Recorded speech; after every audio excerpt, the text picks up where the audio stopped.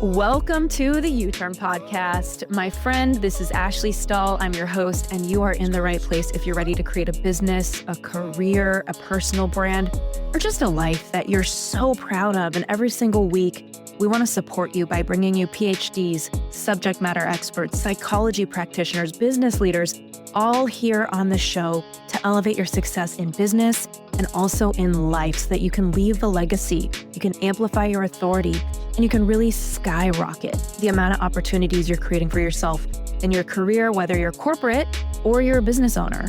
And if you are new here, again, my name is Ashley Stahl. I'm an international bestselling author of the book U-Turn, Get Unstuck, Discover Your Direction, Design Your Dream Career. And most importantly, I'm the CEO and founder of Wise Whisper Agency. I'm a top 100 TEDx speaker on the internet, and I was so inspired to create Wise Whisper and help clients craft their signature talk. We've helped hundreds of clients craft their talk, and we've also helped so many of them land spots on some of the biggest stages in the world, including the TED and TEDx stage. And so I am here on a mission to help every changemaker I know impact millions. Also, before we get into this episode, shout out to our friend Andy B. Mackin, the artist that has gifted us this sick new music for the podcast. Let's get into this week's episode.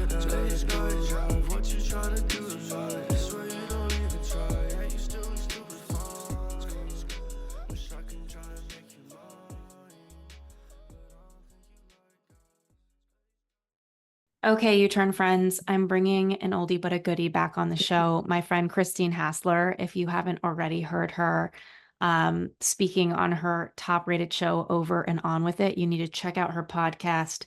She's the best-selling author of 3 books, most recently Expectation Hangover, Free Yourself from Your Past, Change Your Present, Get What You Really Want. She's a master coach, a spiritual psychologist, a facilitator, a speaker. She's got 2 decades of experience with this shit. So come on now. And we both went to University of Santa Monica. So those of you who love my psychology thoughts, hopefully, they come from a real body of work. They're rooted in a body of work from University of Santa Monica. And Christine was actually on the faculty there for a while. So today we want to talk about the intersection of being a business person, but having other responsibilities. And I can't remember the body of work that calls it thirds. I wonder if you know what that body of work is, Christine. I'll have to look it up. But there's a body of work that references anything that's not your relationship. So let's say you're in a romantic relationship. Thirds are your business. Thirds are your friends. Thirds are your dog, your pet, anything that's outside of the relationship. And I feel like with your business, it's like there's so many different parts of us that are floating around that are not our business. We are beyond our business. So how do we keep killing it, keep doing what we want to do, but also prioritize? So that's what this conversation is going to be about, is time management, priority management, and soul management. So Christine, thank you for being here. Thank you for having me back. Yeah. Okay. So I feel like we've had this scheduled in the books for a minute because obviously you have all the priorities and all the things. And so hence here we are in this combo about priorities and things. Right. What do you take me into the shift? Because I imagine I have a lot of friends who start to think about having a baby, maybe they're pregnant.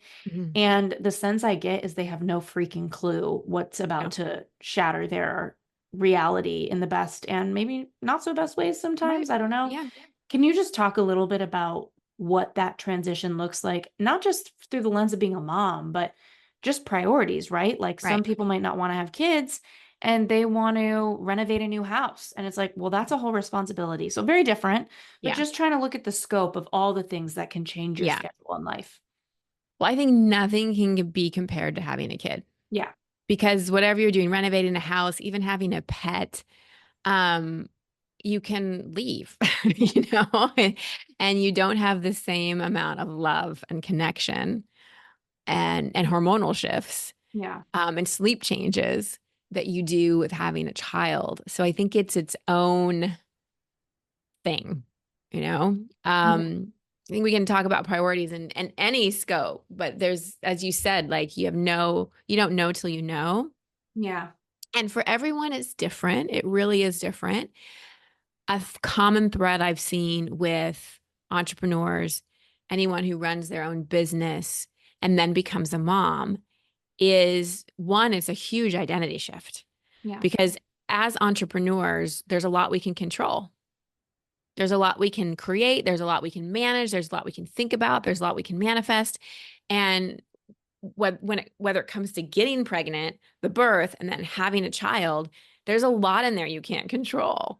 Right. And especially when you do have this baby, you can't control it. Like you can influence in ways, but they're their own being. And Right. babies don't sleep and babies can't communicate. And there's a lot of unknown in it. And especially for me as a high achieving person, it was completely humbling because I was like, whoa, like I don't know. I'm a beginner. I have no idea what I'm doing. So it's very humbling. And then the other piece that I think is the hardest in terms of the transition is, especially if you have your own business, to some degree, especially when you reach a certain level, you can kind of do what you want when you want. You can create your own schedule. That's why a lot of people become entrepreneurs. It's because they want to create their own schedule. They want to have that freedom. Well, that changes when you have a baby, unless you choose to have like full-time help and full-time support, or maybe your partner is the full-time person. But for the most part, as the mom, like you're the primary person, especially at the beginning. But my daughter's almost 2.5, and I want to be the primary person. And so then the third thing that tends to happen, and I'm really doing a good sales job of having kids here. Yeah. The That's third good. thing that tends to, before I get to the third thing, I just will digress. And I wish more women would have been really honest with me about the transition, Mm, because I think I would have had different conversations with my husband. I would right. have had different conversations with the people in my business. I would have worked differently leading up to my pregnancy, and through my pregnancy. So we can bookmark that and come back. But the Yeah. third thing that um, tends to happen is conflict. I heard Mm, an interview with Shonda Rhimes once, who was the creator of Grey's Anatomy and all those other shows. What's the new hot one? I think Bridgerton. I think she yeah. did that one. Anyway, someone asked her, how do you do it all? And, she said the quote we've all heard from many different people is, well, you can do it all, but you can't have it all at once. She goes, when I'm at a table read, I feel guilty that I'm not at my kid's soccer game. And when I'm at my kids', friends' birthday parties, I feel guilty I'm not at the network meetings. Like I always feel this conflict. I'm paraphrasing what she said, but I so relate to that. Like right now I'm doing this interview and I love it. I Yeah. love talking to you and sharing my gifts. And I feel the pull. My daughter's upstairs Yeah. and her nanny's going to put her down for her nap. Yeah. And granted, I put her down a lot. I don't have a full-time nanny for my daughter. It still is a pull. Yeah. It still is a pull. And so that's a big transition to be all in on your business and to be so clear on it. And then to have this other thing that's a pull. Yeah. Because a romantic relationship isn't the same. It sort of Right. contributes to the business. You can bring it in. A romantic relationship doesn't need as much time as a Right. child does. And Right. it's a different kind of mental energy than Mm, a child or children are. So those let's just like real talk on the three things that were really hard in terms of the transition. And then you add in hormone changes, oh sleep my God. deprivation, Yeah. Yeah. like all that stuff. Um, but nothing has, like, I thought being an entrepreneur was hard at times, or running a business, or working like a 10-hour day. Easy breezy. Oh no. Now, I'm not saying, oh my gosh, being a mom is so hard. People may be listening and be like, that's not my experience. Being a mom was easy. And that's great. Like, God bless you and your experience. I could go on for much longer about all the amazing, incredible things and the things that I love. It's just that that's often talked about so much. And Yeah. I want to just create a space for the real talk around the hard part, because Yeah. then you're not so shocked, and then you can do things to support yourself in that. Mm. I love the realness here. And I'm thinking about having kids and I'm like, what do I realistically need to plan for? And it's like, how do Right. you plan for something you've never done? How do you plan for something that everybody else is different? Right. Um, when it comes to how you see your business now, obviously you're going to approach it differently. So I'm curious to kind of hear what are some of the changes in how you've navigated having your business? Well, as you know, I reschedule a lot. Yeah, you did. because she's my priority. Yeah. And if something comes up with her or she's sick or I don't have support or my husband and I can't coordinate our schedules or I was up in the night with her and I just don't feel like I'm switched on and I've learned not to push myself, I really allow myself to reschedule. Hmm. So we could say I'm maybe a little flakier than I used to be. I don't necessarily think it's flaky. I think I've just shifted my priorities Right. and I've really had to. When you think about businesses growing their sales beyond forecasts, you probably think about a product with very high demand, a very focused brand, and influence driven marketing. But an often overlooked secret is actually the businesses behind the business making selling simple. For millions of businesses, that business is Shopify. Shopify is home to the number one checkout on the planet, meaning way less carts going abandoned and way more sales going. So if you're growing your business, your commerce platform better be ready to sell wherever your customers are scrolling or strolling on the web, in your store, in their feed, and everywhere in between. Upgrade your business and get the same checkout brands like Mattel and Heinz use. Sign up for your $1 per month trial period at shopify.com/U-turn, all lowercase. Go to shopify.com/U-turn to upgrade your selling today. Again, that's shopify.com/U-turn. um, Meet the part of me that's so afraid of letting people down Right. and, being outed from the community and just being really clear in my priorities of like, Mm. this is my priority. And so often an email doesn't go out when it's supposed to. A launch isn't as big as maybe it could have been because like I don't have as much of the energy. But Mm. where I have thought about it in terms of my life is I have the rest of my life to work on my business. I really Mm. do. And I had 20 years before I had my daughter to do it and work on it. And especially those early years, like she's 2.5, she's going to be in school when she's 5, like maybe preschool when she's 3.5. I don't know, but I have a finite time with her Yeah. where my earning potential and my impact potential for my business is infinite. And I think that's an important thing to keep in mind. And that's one of the beauties of owning your own business and being an entrepreneur is because you're not like re-entering the workforce in the same way. You Right. can kind of keep things going. And I switched a lot to virtual. I I increased my one-on-one prices so I could do fewer people. I really, really empowered my team. That's the other thing that has been a big switch for me in business where I used to micromanage and Mm. need to see every email and Mm. need to approve everything. And I've really empowered my team. Mm. Like, you got it. And sometimes there are mistakes and sometimes they do things differently than I would have. But the cost of that is far less than the payoff of one, empowering my team, Mhm. and two, having not to micromanage things, like being able to be involved in more the big picture thing. The Mm. other thing that's happened is what I can get done in an hour used to take me 3. Yeah. You're Like just I'm focused. so hyper focused. I'm like, okay, she's down for a nap. I've got at least an hour. I get so much done. And I think, Ashley, a lot, like I think, what did I do with all my time? Like, why wasn't I multi-zillionaire? Like, I had so much time. What the heck was I doing? I really don't know. Yeah. My friends and I always talk about that. My friends that have kids, we're like, what did we do? Oh my God, that's so good. That's so good. Yeah, I mean, valid question.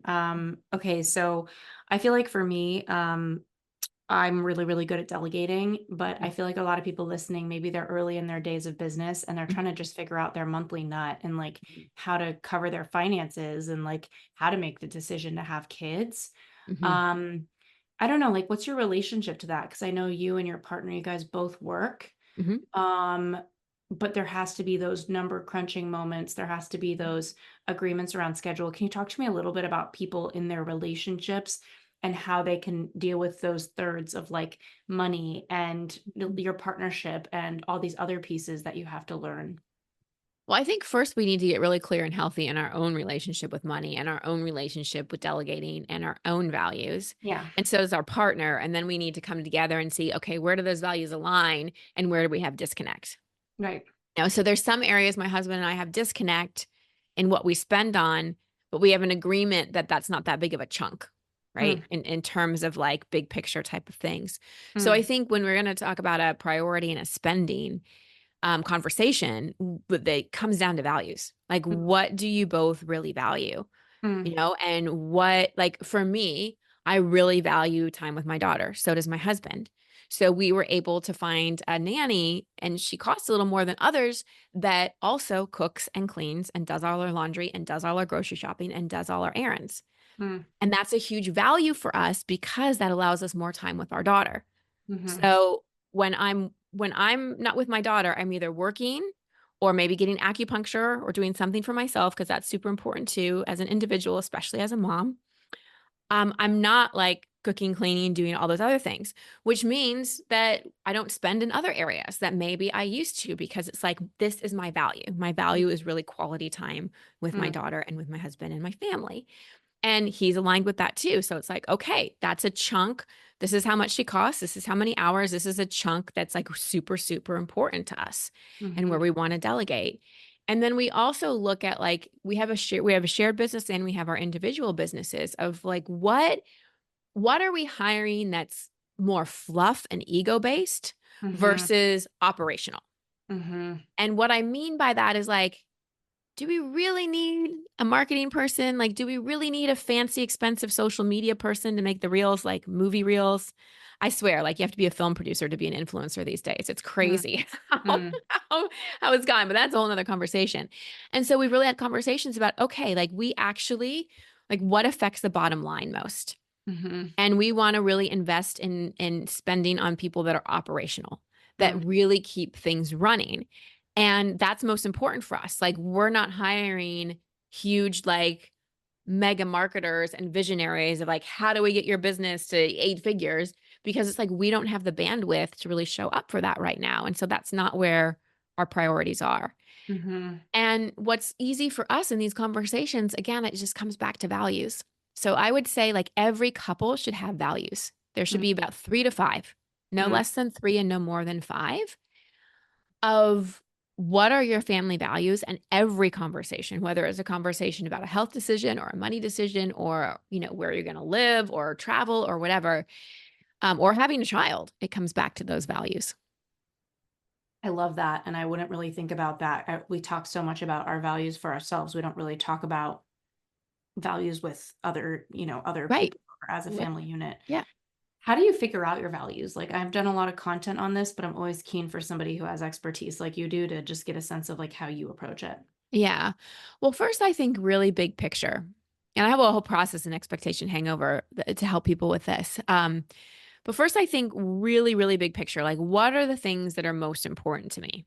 Mm, What are the things that, like, if they went away in any way, shape, or form, I would really be upset. I would really suffer on some level. And so when you start to write down those things, like what's most important to you? What are the things that like if they went away tomorrow, it would be devastating on some level. mm, And then what really brings you joy and upliftment and health? Like what really fills your bucket in some mhm, ways. And so you write mhm, all those things down and then you just start extracting words from them, mm, So, like, a value of mine is being able to have enough money to pay for alternative medicine, right. holistic, not just doctors my insurance covers, to be able to do the acupuncture and the functional medicine and all those kinds of things. So if I wrote that down, it's like, okay, wow, like I really value health. Like that's a huge value of mine. Mm, I also really love being able to run my own business and control my own time. And like what would really feel awful to me is if I had to show up at a job every day at the mhm, same time. That would be soul sucking for me. mm, So clearly I value freedom.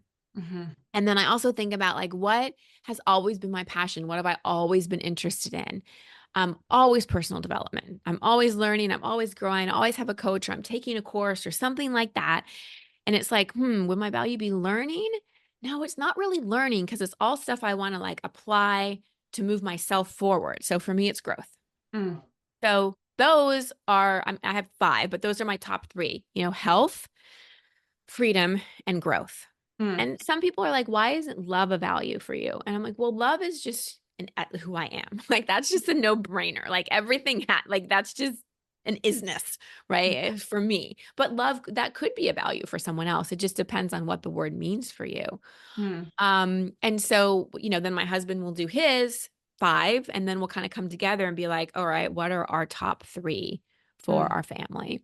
So mm, in our top 3 for our family, um, pretty much are the same. So health, we've kind of bucketed freedom and creativity in one, and growth and connection. mm. Those are and then love kind of like encircles them all. I love this. This is so helpful to like hear your thinking. I also feel like relationship dynamics, like this could apply whether you have a kid or I think just like Right. anything change. Like I moved in with my partner and he and I, it's like we don't want to have sex as much because we're just like tired and Yeah. like we work so freaking hard. Yeah. We both do. And then I kind of like miss him and become like needy or whatever. But I'm imagining having a kid, is like a huge shift in dynamic of like the romance and like how Yeah. to prioritize it. I feel like I hear people all the time being like, you need to prioritize your date night and like all this stuff. But I'm wondering, is there something particular that you've found that has been like pretty key in being able to like really nurture your relationship as you get into this chapter? Um, Having the like harder, deeper conversations. Mm, So, when Steph and I get in, just because with Athena and both of our businesses and everything we have going on, we can kind of just get in like a routine rut, where we're just like, doing things, checking things off the list and still having joy and fun and all that and creativity. But like, there might be a little dig here, or I might be a little snappy there, or he might mhm. be a little distant here. But because we're just so busy, it's like, oh, here's the rug, and things Yeah. just sort of stack. And so not only are in coupledom, not only are you exhausted from life, but you get exhausted from the little resentments that just get swept Yep. because we're busy. And we Right. don't want to just stop and be like, the way you said that didn't really feel good. Or Mhm. you're looking at me a certain way and I'm making that mean that you're annoyed with me. Mm, We don't really slow down and have those conversations. So I'm sure you remember from USM, the microscopic truth conversations, like the mhm. conversations about here's really what's going on with me. Because, date night can be great. But if you're just talking about business or you're just talking about the kids or just talking about whatever, then are you really connecting? Nice. So I think a 30-minute conversation at night about a check-in on like, this is how I'm doing, some resentments I may be holding or some things that I have in my bucket that I haven't really talked to you about are this, Mhm. new agreements or requests that are going to be made. That's Mhm. going to create far more intimacy than a 2-hour dinner at a crowded restaurant. Mhm. Mhm. It's funny you say that. This morning, my partner works in venture capital, so he's like basically on Shark Tank every day from like 9 a.m. to 9 p.m. is how he feels like taking pitches for businesses to fund. And he's just so, I've never met somebody with a bigger life than me. And I don't say that, I sound like such an egomaniac saying that, but I've never dated a guy that has a bigger life than Right. me. Usually Right. the guys I date are like, whoa, you're really social. I'm like, come with me. And Yeah. so to be with somebody who I'm like, damn, I can't keep up with you, you beast. Like he's just on go mode. And so it's kind of sacred when I catch him. Obviously at night we go to bed together. And that was something that I talked to him about. I'm like, I need to go to bed together. Like if I'm going, and I don't mind once or twice a week I go to bed, he's up late working, but most of the time, like large majority needs to be going to bed together and he travels. So Okay. I have to admit, I never really thought I'd be the person to give up coffee. I freaking love coffee. It's a part of my daily ritual, it's my non negotiable. But here's the thing, I found something that makes me feel so great as an alternative. So instead of grabbing for extra cups of coffee and hurting my body, I instead decided it's time for me to try Peak's Nandaka. This isn't just another coffee alternative. It's really a body upgrade, and I've been loving it. No crashes, no slumps, just clear, focused, calm energy. So, why is Nandaka so special? Well, unlike a lot of other mushroom coffees, Nandaka is made with 100% fruiting body mushrooms. the part that's really packed with those powerful compounds that support your energy, your focus, your longevity. And it's not just mushrooms, it's crafted with ceremonial grade cacao, fermented probiotic teas, and adaptogenic herbs to really fuel your body and your mind. So if you're feeling tired of being wired or up and down with the roller coasters of coffee, you really have to try Nandaka. Right now, Peak is generously offering us 20% off for life and a free starter kit with your purchase. So that's a rechargeable frother and a glass beaker so that you can make the perfect cup every time. Go to peaklife.com/uterm. That's PIQUELIFE.com/uturn. This is an exclusive offer just for you guys listening to the U-Turn podcast, and Peak backs it up with a 90-day money-back guarantee so you can try it out risk-free. There's a reason why this company has more than 15,000 five-star reviews. Trust me, your energy, your gut, and your future self will thank you. This morning we had like 30 minutes together, and I was like, hey, I have a thing that is like a little resentment that's popping up that I want to fix. He was like, what is it? And I'm like, I keep trying to get you to go with me to the beach, and we keep having so many weekend plans that you need to do that I'm happy to do, but I'm realizing that's like, if I had one day left on the planet, I would go to the beach. And it's like my special thing, and I don't want to go alone. I want to go with you. And we haven't gone once, and it's the end of July. Like, the summer is coming to an end. This is my favorite thing to do, and I feel like it's being missed. And every time I try to offer it, you're not noticing. He's like, all right, we'll do that. And it just made me realize, I'm like, it doesn't have to be this whole thing. And sometimes people hold resentments and they hold it so big and it gets so charged up. What are some ways that you would recommend? I think especially with a kid, like, my partner was talking about a friend he has where it's like, the friend was like, dude, I literally work 80 hours a week. We can't do date night right now. We have kids. When I'm not at work, I'm trying to be with our kids. I know that a lot of people are struggling to just do the baseline, and they're not as lucky as we are to have these businesses that like hold us. What would be your, I don't know, just like insight on how to navigate that? Well, I think agreements around the season, like, Yeah.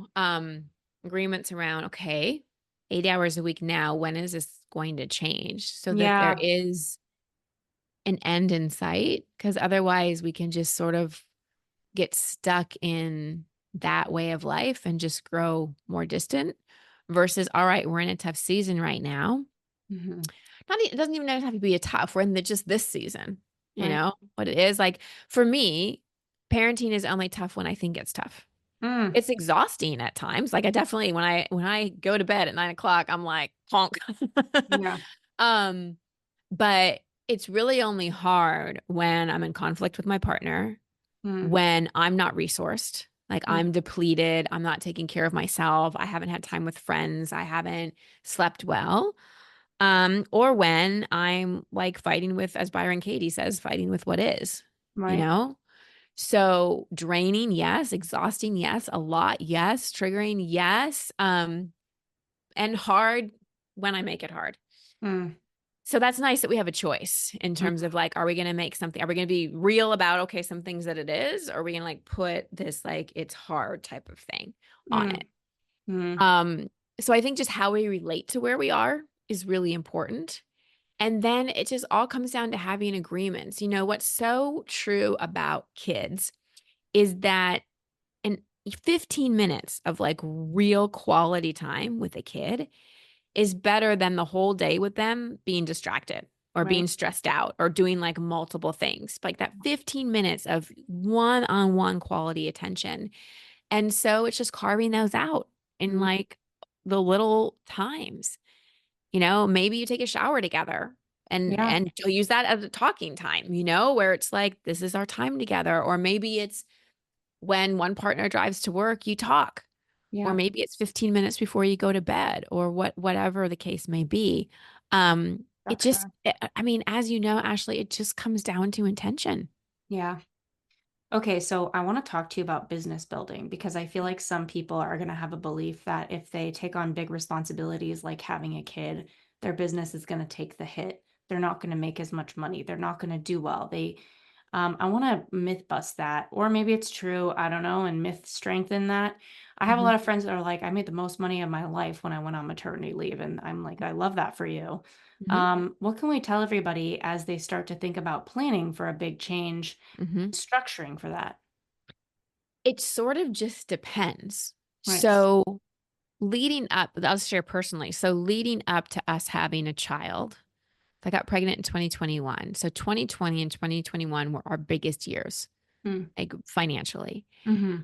And that was intentional because I knew and I was expecting not to have as big of a year in Mm. 2022 and 2023 when I had a small child. And that was okay with me. That was really, really okay with me. It was like, great, we made all this money. This will last us for a while. Our business can kind of, especially mine, can kind of be on autopilot. I don't have to worry about generating anything new or doing big launches. Like I can really just focus and kind of keep the lights on Mm. type of thing. Mm. So for me, when I had a child, I didn't feel super ambitious. Like I didn't feel like going out in the world. I felt like really going in. Mm. For other people, especially women, they have a child, and depending on the child and sleep and their recovery and everything, they tap into all this creative energy. Mm. And like, it's like, wow, I feel like I can get so much more done. And I feel like I've tapped into a superpower, and they start generating more. Mm. So I really think it's a case by case business or case by case situation. And I wouldn't be afraid of your business dipping when you have a child. Mm. Just know, like going in, like expect it or plan for it if that's what you want. Like for me, that felt okay. Mm. If you don't want that, if that feels really scary, then you may need to delay having a kid for a little while and like really kind of front load and go, all right, what's going to be the thing that's like easy for me to do where I can still be present for my kid. And Mm. other people may be like, you know what? I spend great quality time with my child. I'm really cool having a nanny 6 to 8 hours a day, Mm. or I'm really cool choosing daycare. Like that feels okay to me. That Mhm. wasn't my choice. And it doesn't make my choice better or worse. It just so Mm. depends. There's so many people that speak on motherhood. There's a woman out there right now who wrote a book called Being There and how Mm. important the first 3 years and basically says we're narcissistic as parents because we just focus on ourselves and you shouldn't be gone from your child for more than 3 hours. And it's like Oh, wow. traumatizing if you leave. And it's like a lot of, in my words, mom shaming. Mm. And I have to read the book. So Mm. I will say that. But what I'd love to be talked about more in, and this is something my therapist has been so helpful for, in like the mompreneur world, or just like the mom education world, is like how much the mental health of the mom impacts the children, Mm. right? So like someone like you, Ashley, who's ambitious and everything, Mhm. if you stayed home with a kid for 3 years and didn't work, I don't know that that'd be good for your mental health. Actually, that's a whole topic is like my whole life I've worked so hard for freedom Yeah. because I grew up in a house where my dad, every night he lost all his money when I was a kid. He'd be like, I don't know Ugh, if we're gonna have a house. And so right. my whole freaking life I've been like, I'm buying my own house. Like I'm Yeah. gonna have a roof if it's the Yeah. last thing I do and it's Yeah. on me. But my whole life I've been like, I want freedom, I want freedom. But then everybody who knows me is like, Ashley, you love to work. Like you're never like I've almost like talked like, oh yeah, one day I'm just gonna be like with an umbrella at the beach.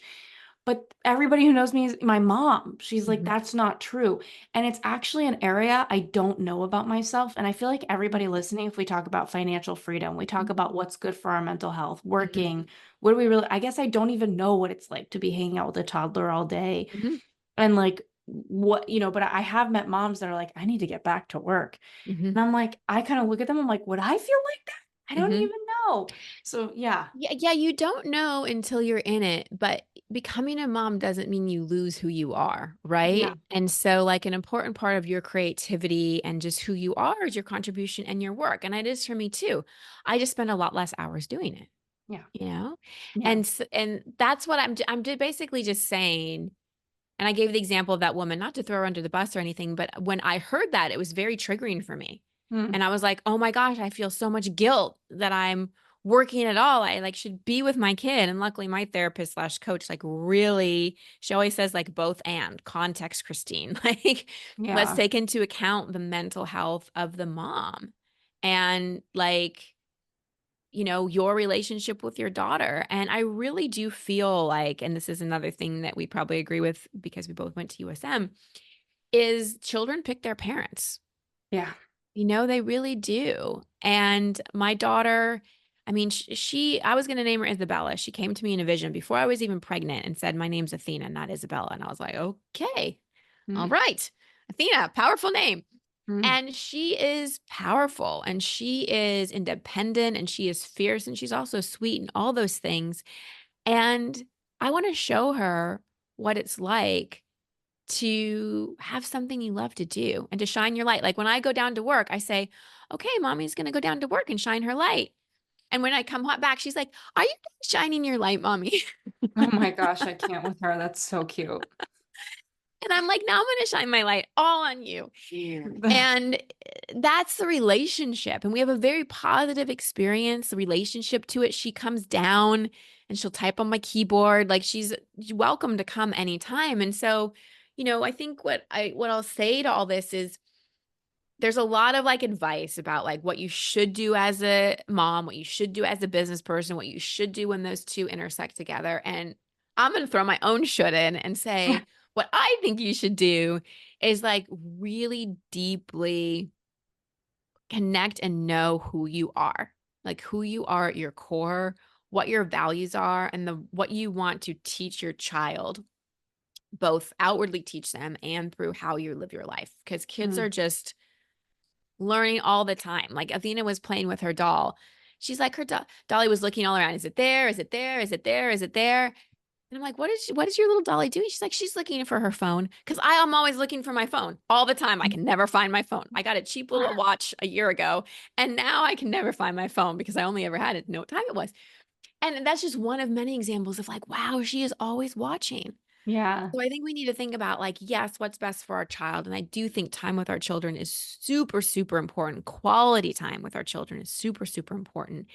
And I also think like our own mental health, and like how we live our lives is really important as well. And so my should is really find what works for you. And you might have to, experiment with some different things to see what your rhythm really is. Yeah. Wow. Okay, so now that you have this responsibility that you love and you're shining your light at work and with Mhm. her, with Athena, how do you look at your business differently as far as like not just the way you spend your time, but what you're offering, what you're serving? Like I know you have different Mhm. programs. How has this changed like what you're into as a person? I feel like a lot of coaches get into mom stuff. Like I hate to Yeah. say it that like straightforward, but that's Yeah. my interpretation. Yeah. Um, but yeah, like, or just how you want to run your business, right? Like Yeah. a lot of your time is going in. I know for me, having a company that's leader led is a big deal. So my marketing director at Wise Whisper Agency, we have like 40 TED Talks we're writing and booking right now for people. My marketing girl is a total weapon. Like I tell her all the time, I'm like, you're so much smarter than me. Like I just, not to put myself down, I just think she's a beast.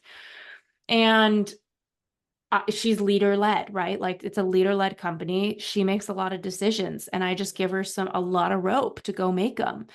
And I think what I've learned, not as a mother, but as somebody who's planning ahead, Mhm. is to up my standard of what's possible for the people that you can hire. Mhm. I truly used to settle, and I don't mean to be insulting for anybody that maybe has worked on my team that wasn't a fit, but like there's a lot of people out there, and Yeah. there are people who love to work. That's who they are. And they love to take things on, and they have the confidence to do it. And they don't need your feedback. They don't want they're ready to run, Right. And I think my lower standard of like for myself of like, oh, I need to micromanage and I'm not a micromanager by a Right. natural personality. Like that's Right. if I'm micromanaging, it means I'm don't trust you and I'm not having a good time. Like Right. so, it's not me. I'm like, you got it. You're smart. I have an innate belief people are really smart. They can do it. So, Yeah. yeah, like I don't know. I think that now that I have such a badass team, I'm like, never again will I lower the standard of what we're bringing in. And hiring has become super sacred for me. I'm like, this is a leader-led company. Are you a leader that can lead me, and this whole thing? So I don't know, what has changed for you as far as how you're running things? Well, I love that. That's so empowering. Well, I'm going to answer the question in 2 parts. I'm going to answer it in terms of like how it shifted what I'm passionate about and then how I run things. So for me, it's really just up the ante on 2 of the things I've always been passionate about: inner child work and calling in a really conscious, right fit relationship. Yeah. And why is because now I have a child and I see 2 things. One, how insanely important childhood is. I mean, I've seen that in my 20 years doing what I'm doing, because anytime anybody calls me, whether it's on the podcast or at a retreat or a client or whatever, pretty much any issue today I can trace back to something that happened in childhood. So there's such an impact our childhood has on us. I mean, it forms our whole brain and all our subconscious patterning and all of that. I mean, we all know that childhood has a huge impact on us. So really helping people with that inner child work has been massively important because I see how impactful it is, like firsthand. Yeah. But also, I also see how having a child triggers our childhood stuff. Like here you have this little mirror that's triggering, anything unresolved inside of you. I thought I was like, good. And then I got married and it was like, whoa. And then I had a kid and I was like, whoa. Oh my gosh. Okay.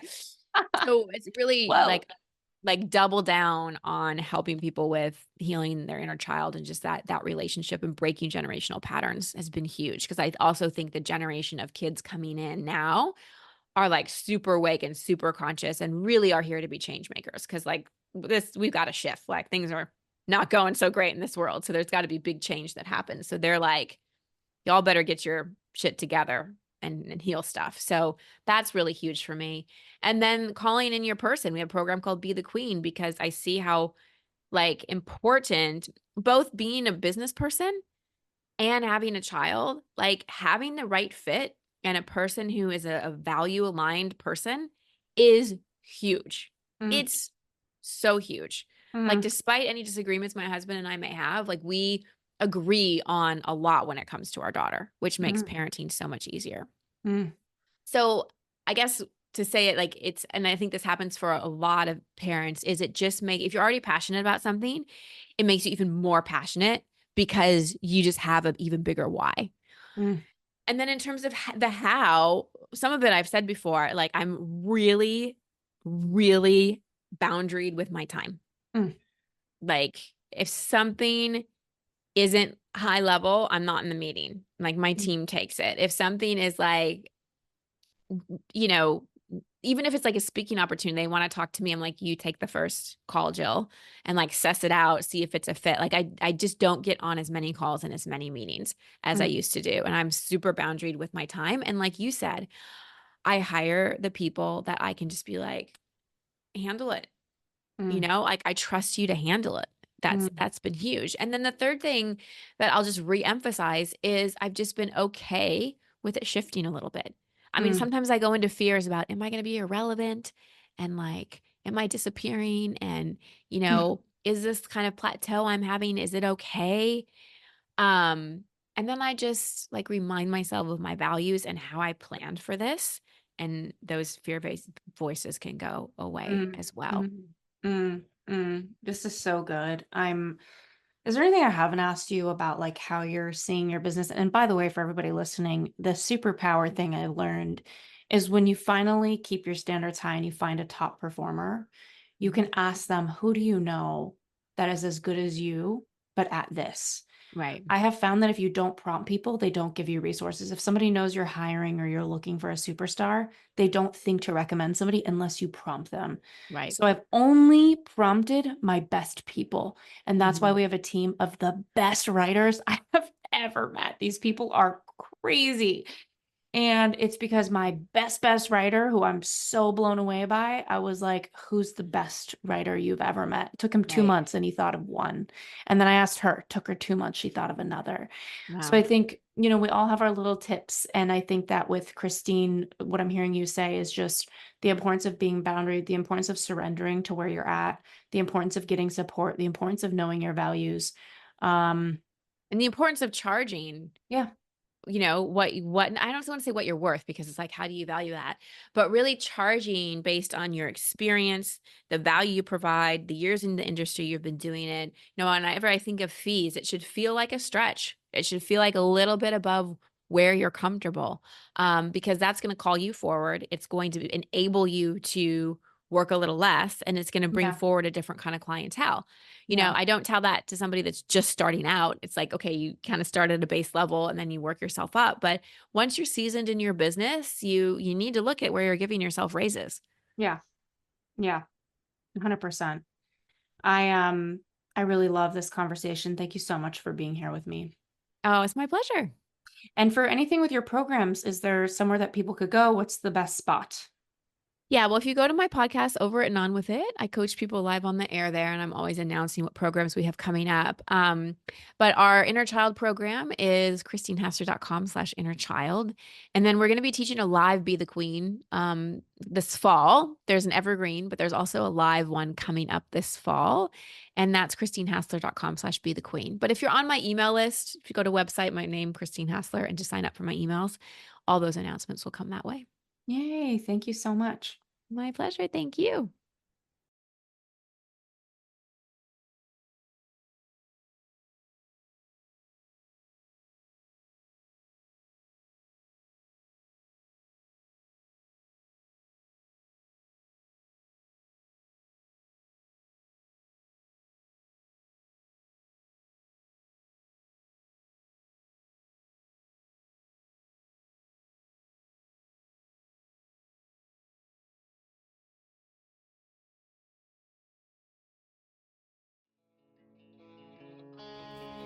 Thanks for tuning in to the U-Turn podcast. I hope you learned so much in this episode and you're putting it into action today. We would love to hear from you. Slide into my DMs at Ashley Stahl or leave a written review if you're inspired. It would mean so much to us. Be sure to subscribe to the show because, as you know, the more subscribers we get, the better the guests we can bring you. And in the meantime, if you're looking to skyrocket your personal brand and impact millions, head on over to wisewhisperagency.com to learn more about how we can help you craft your greatest talk of your life, how we can help you get booked on some of the biggest stages in the world, even the TED or TEDx stage. We'd love to hear from you, and that's it for this week.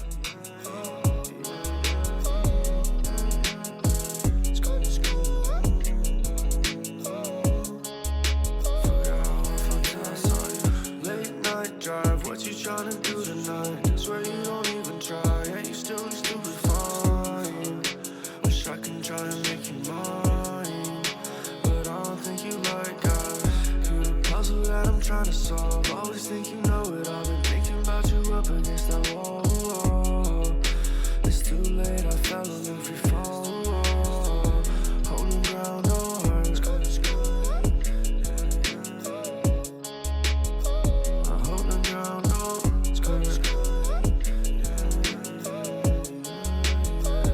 Holding ground, no hearts. Late night drive, what you trying to do tonight? I swear you don't even try. Yeah, you still stupid.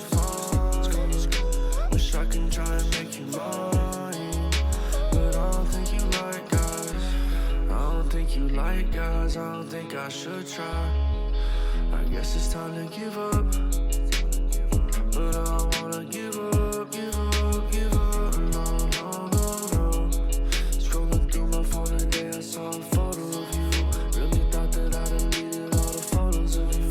Forgot how it felt just to be normal with you.